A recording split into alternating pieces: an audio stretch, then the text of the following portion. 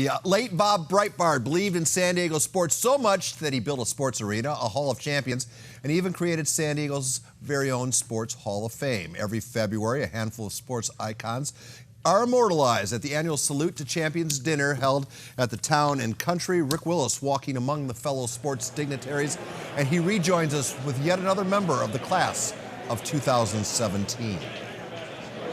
Yes, that's right. If you've been watching KUSI since, well, let's just introduce Candice Wiggins. You were a freshman. What year were you a freshman? 2000. Okay, so if you've been watching KUSI since 2000, you've been watching her play basketball. I mean, did you think back in 2000 that this would be possible, that you would be a member of the Breitbart Hall of Fame with all those historic names in there? Absolutely not. You know, I couldn't, my world was so small, I could never imagined to be here. And that's why this moment is actually kind of bigger than me right now. Mm-hmm. So no, absolutely not. I couldn't even begin to think where basketball could take me beyond, La Jolla Country Day. I was just really trying to, possibly get to college.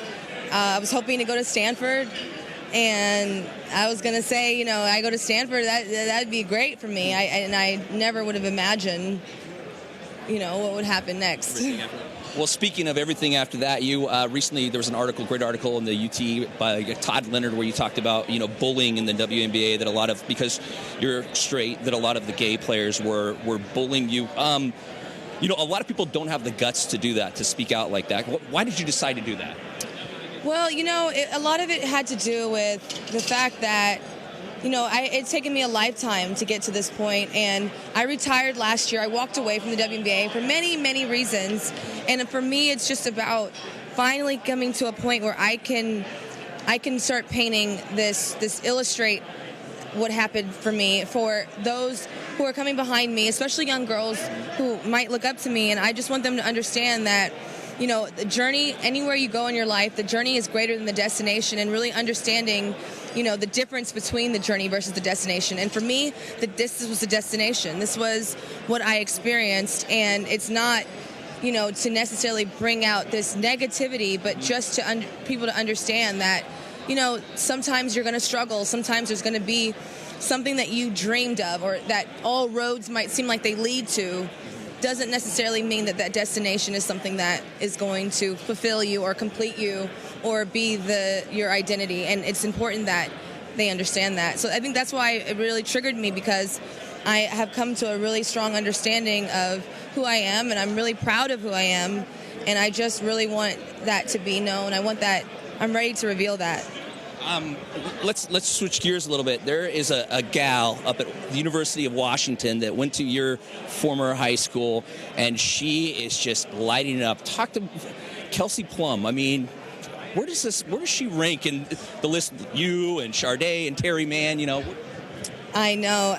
Kelsey is up there. I mean, if she's not number one, I mean, the thing about Kelsey that I just really have grown to admire about her, watching her from 8th grade all the way until her senior year, is just how much she works. Kelsey is a complete example of input equaling output, and what you put into something is what you get out of it.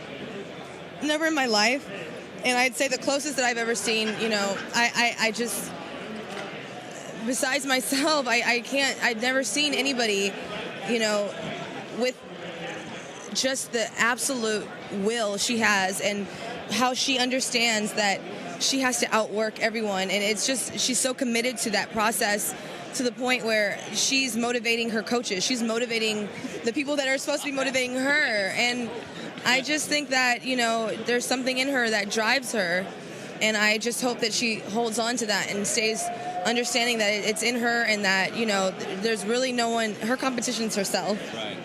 And that's so true, and I'm proud of her, and I just think that she's really special, and I'm happy that she's getting recognized for that.